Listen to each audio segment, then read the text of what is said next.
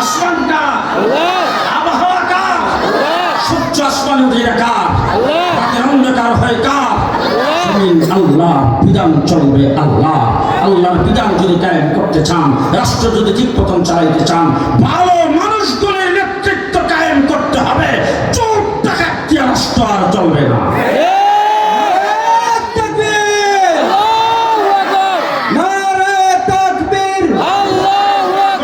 দখল করেছে দেশের বিরুদ্ধে যখন ইংরেজ ষড়যন্ত্র করেছেন, এই দেশের মুসলমানদেরকে যখন নস্যাৎ করে দেওয়ার চেষ্টা করেছেন, এই দেশের মুসলমানরা আন্দোলনের সংগ্রাম করেছে।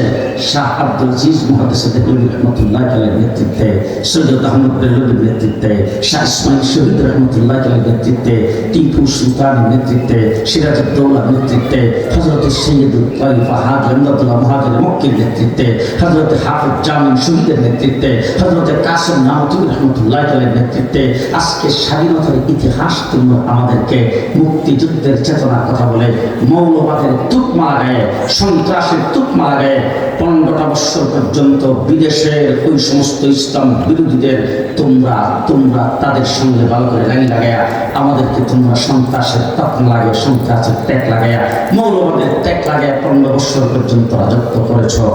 জেনে রাখো আমরা মৌলবাদী নয়। জেলখানায় ছিলাম, 1.5 মাস রিমান্ডে ছিলাম। বারবার আমাকে গালি দিত, তুই পাকিস্তানি রাজাকার, তুই পাকিস্তানি রাজাকার। আজকে আপনাদের এখানে পরিষ্কার বললাম, একদিনের জন্য পাকিস্তান যাই নাই। আমি বাংলাদেশে জন্মগ্রহণ করেছি, এই দেশের বন্যার পানিতে বেশি আসি নাই। এদেশের সন্তান, এদেশের মাটির সাথে আমাদের সম্পর্ক। আমাদেরকে যারা পাকিস্তানি রাজাকার বলে গালি দিয়েছ, তোমরা তো সবাই ইন্ডিয়ান রাজাকার।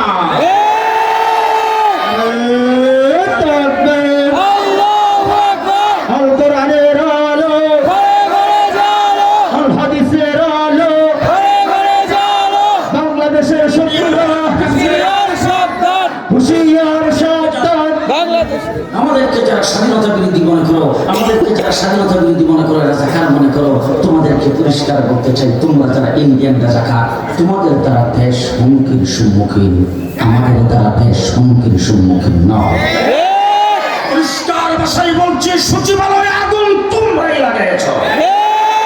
আমার চট্টগ্রামে একজন আদালত আর একজন আইনজীবীকে তোমরাই হত্যা করেছ। অন্তর্বর্তীকালীন সরকারকে অকার্যকর করার জন্য তোমাদের ষড়যন্ত্র শুরু হয়েছে। তোমরা দেশে থাকতে স্লোগান দিতা আমাদের স্বামী স্ত্রীর সম্পর্ক, আজকে স্ত্রী স্বামীর কাছে চলে গেছে। আমরা দিতে চাই না। এখন বাবার মেয়ে যদি বাইকিয়া যায়, বাবা কি করে? আমরা এখন বলবো আমাদের মেয়ে আমাদের কাছে ফেরত দাও। যদি ফেরত না দাও তাহলে আমরা তির্য করবো।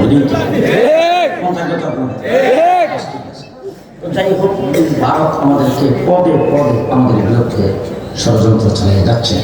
দেশটা স্বাধীন হয়েছে 1947 সালে বিজাতি তত্ত্বের ভিত্তিতে। ইংরেজ এই দেশ থেকে বিতাড়িত হয়েছে। আজকে যদি স্বাধীনতার ইতিহাস আলোচনা করতে চাও, ওলামায়ে কেরামকে সাক্ষী রেখে বলে গেলাম, আমার কাসেম নামতুলকে বাদ দিয়ে স্বাধীনতার ইতিহাস আলোচনা হবে না। আমার মাহমুদুল হাসান দেওবন্দিকে বাদ দিয়ে স্বাধীনতার ইতিহাস আলোচনা হবে না। আমার হুসাইন আহমদ মাদারীকে বাদ দিয়ে স্বাধীনতার ইতিহাস আলোচনা হবে না। আমার হাকিমুল উম্মতকে বাদ দিয়ে স্বাধীনতার ইতিহাস আলোচনা হবে না। আমার জাফর আহমদ উসমানী আর শিবলি আহমদ উসমানীকে বাদ দিয়ে স্বাধীনতার ইতিহাস রচনা তাদেরকে বাদ দিয়ে যদি স্বাধীনতার ইতিহাস রচনা করো, সে মুনাফিক হবে, গাদ্দার হবে। রক্ত আমরা দিয়েছি যখন দেশ স্বাধীন হয়েছে দ্বিজাতি তত্ত্বের ভিত্তিতে। একটা হলো পাকিস্তান, আর একটা হলো হিন্দুস্তান। এবার জিজ্ঞেস করতে চাই, আমাদের ভাষা কি? বাংলা। আমরা জাতে বাঙালি। বাঙালি খুব ভালো করে বলছেন, আমরা ভাষা বাংলা, জাতে বাঙালি। আচ্ছা, আমাদের পাশে যে আছে কলকাতা, ইন্ডিয়ার পশ্চিমবঙ্গ, তাদের ভাষা বাংলা। বাংলা, তারা জাতি কি? বাঙালি। তাহলে তারাও বাঙালি, আমরাও বাঙালি। তসলিম নাসরিন বলছিল, এপার বাংলা ওপার বাংলা, বর্ডার তারা এখানে লাভ কি? আমরা তার বিরুদ্ধে আন্দোলন করেছি। তাহলে তারাও বাঙালি, আমরাও বাঙালি। তারাও বাংলা ভাষায় কথা বলে, আমরাও বাংলা ভাষায় কথা বলি। তাই 1947 দেশ যখন স্বাধীন হয়েছে, আমরা হলাম পাকিস্তান, কলিকাতার পশ্চিমবঙ্গ হইল হিন্দুস্তান। আমার এই প্রশ্নের জবাবটা আপনারা দিবেন। আমার ওয়াজ এখানে শেষ। আমরা কেন হইলাম পাকিস্তান, একই ভাষায় কথা বলি, একই জাতি বাঙালি, তারা কেন হইল খ্রিস্টান হিন্দুস্তান? বলেন জি, পরিষ্কার ভালো করে মনে রাখেন, আমরা মুসলমান হিসাবে, মুসলিম মেজরিটি হিসাবে আমরা পাকিস্তান হয়েছিলাম। আমাদের মূল পরিচয় হলো মুসলমান। দেখবেন কেউ যদি কথা না করে ওই কাওয়াকাদের ধরে দিই, আমাদের প্রথম পরিচয় মুসলমান। ওই পেছনে যারা বসে তারা কথা কয় না, আমাদের প্রথম পরিচয় মুসলমান হিসাবে। 1947 আমরা পাকিস্তান হয়ে পূর্ব পাকিস্তান হিসাবে বসবাস করতেছিলাম। পশ্চিম পাকিস্তানিরা আমাদের উপর নির্যাতন করেছে, অধিকারের উপর হস্তক্ষেপ করেছেন, শিক্ষার ক্ষেত্রে, চাকরির ক্ষেত্রে তারা আমাদের সঙ্গে বৈষম্যের সৃষ্টি করেছেন। এই জন্য 7.5 কোটি বাঙালি অস্ত্র ধরে পশ্চিম পাকিস্তানিদের বিরুদ্ধে 9 মাস রক্তক্ষয়ী যুদ্ধ করে আমরা স্বাধীনতা অর্জন করেছি, হয়েছি বাংলাদেশ। 9 মাস যুদ্ধ করে দেশটাকে স্বাধীন করে ফেললাম। বাংলাদেশ স্বাধীন সার্বভৌম দেশ, বাংলাদেশ পাইছি, লাল সবুজের পতাকা পাইছি। এবার জিজ্ঞেস করতে চাই, কাশ্মীর যুদ্ধ করতেছে স্বাধীনতার কতদিন যাব? 70 বছর হয়েছি স্বাধীন। আসামের দিকে তাকে দেখেন 40 বছর যাবৎ স্বাধীনতা যুদ্ধ করে হয়েছিল স্বাধীন। জি, আমার পার্শ্ববর্তী জায়গা ত্রিপুরা, আগরতলা, এটার দিকে তাকিয়ে দেখেন 30-35 বছর যাবৎ স্বাধীনতা আন্দোলন করতেছে, পরিস্থিতি স্বাধীন, পরিস্থিতি স্বাধীন। আজকে খোদার কসম করে বলে যাচ্ছি, যারা মুক্তিযুদ্ধের চেতনার কথা বলো, যারা বাঙালি জাতিকে টুকা দিতে চাও স্বাধীনতার পক্ষ শক্তি বলে, তাদের চোখে আঙ্গুল দিয়ে বলতে চাই, আমরাও যদি মুসলিম মেজরিটি হিসাবে পশ্চিম পাকিস্তান, পূর্ব পাকিস্তান না হতাম, আমরাও 9 মাস যুদ্ধ করে স্বাধীনতা অর্জন করতে পারতাম না। 70 বছর লড়াই করে আমাদের ভাগ্যে স্বাধীনতা ছিল না।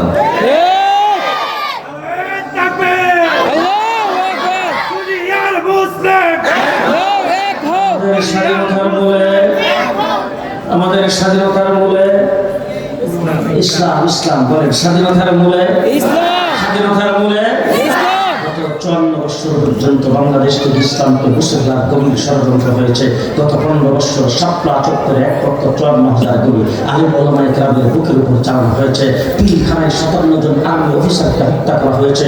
2021 সালে দেশটাকে মুক্তির রাজত্বে পরিণত করার জন্য আমাদেরকে জেলখানার ভিতরে ভরে দুঃখে দুঃখে মারার চেষ্টা করেছেন।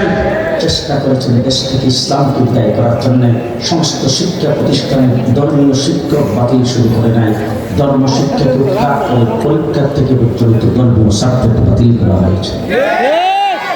জিজ্ঞেস করতে চাই, জুলাই আগস্টের যে বিপ্লব হয়েছে, আন্দোলন হয়েছে, যারা রাজপথে আন্দোলন করেছেন, আন্দোলনের সময় আপনারা দেখেছেন, টেলিভিশনে আসছে, মিডিয়াতে আসছে, রাজপথে যারা ছিলেন তারা দেখেছেন, মসজিদ থেকে যখন আজান হয়েছে, আন্দোলন সংগ্রাম আর স্লোগানের মধ্যে গুলি আসতেছে, তার মধ্যে ছাত্ররা রাজপথে লাইন ধরে দাঁড়ায় একজনকে ইমাম বানায় নামাজ আদায় করেছে।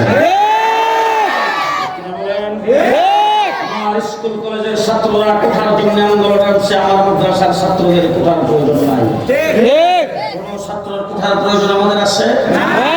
চাকরি নেই না, চাকরির জন্য কোথাও দরখাস্ত করি না, কিন্তু আমার আবু সাঈদ, আমার মুক্ত যখন জীবন দিয়েছেন, যখন তাদের বুকের উপর গুলি চালানো হচ্ছে, আমরা কওমি মাদ্রাসার একজন করে বসে থাকি নাই, রাস্তায় নেমে আসছে।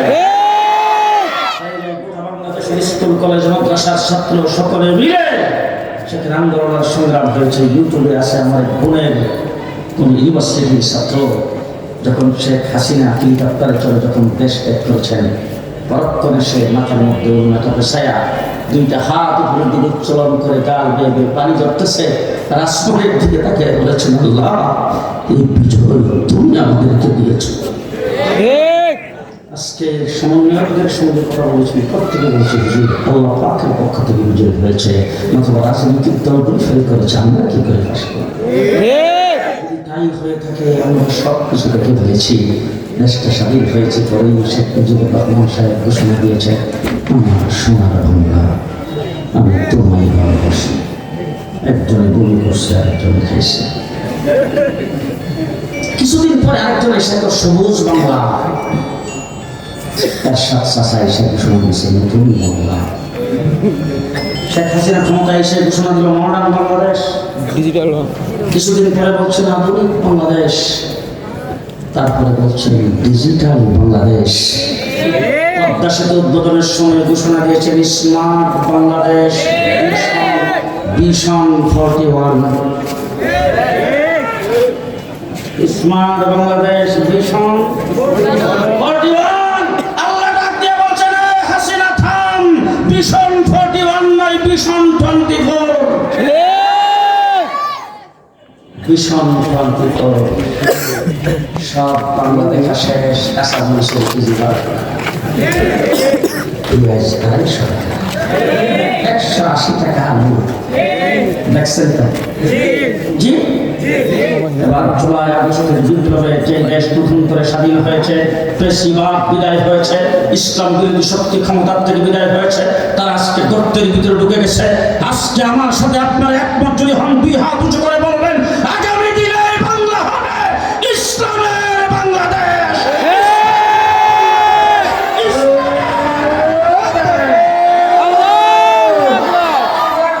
ইসলামের শত্রুরা হুঁশিয়ার।